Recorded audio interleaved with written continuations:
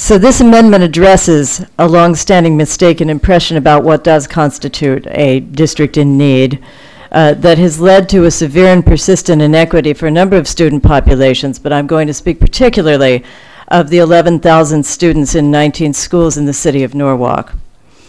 That impression is that because of its property values, Norwalk has a much greater ability to pay for education than it does in reality. The ECS funding formula has never taken into account the huge disparity between Norwalk's property values, which are relatively high because of its location, and its median income, diversity, poverty levels, and student needs, which are very similar to those of mid-sized, less affluent cities in other parts of the state.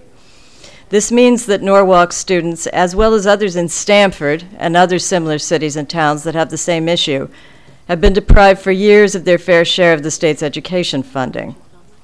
While the budget revisions we're debating today do add to the total ECS funding somehow, they don't address the persistent inequities in the base amounts and how they're calculated. This amendment is an attempt to do that. Before I explain it, I'll just say that it would significantly adjust the allocations not only of Norwalk, but also of Stamford and of about 8 other cities and towns across Connecticut. Here is what the amendment does.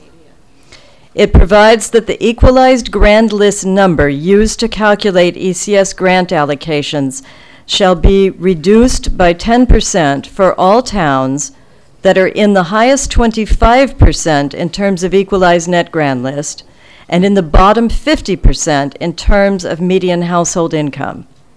Doing this would go a long way toward resolving the ECS funding inequity for a number of towns. In Norwalk and Stamford alone, it would annually improve currently inadequate educational funding by several $millions for more than 25,000 students in just those 2 cities alone. And while this might cause some changes in ECS funding elsewhere in the state, I would submit that these students in Norwalk and Stamford and several other towns deserve as much of a fair shake as any of their counterparts in our larger cities. Therefore, Madam Chair, I move adoption.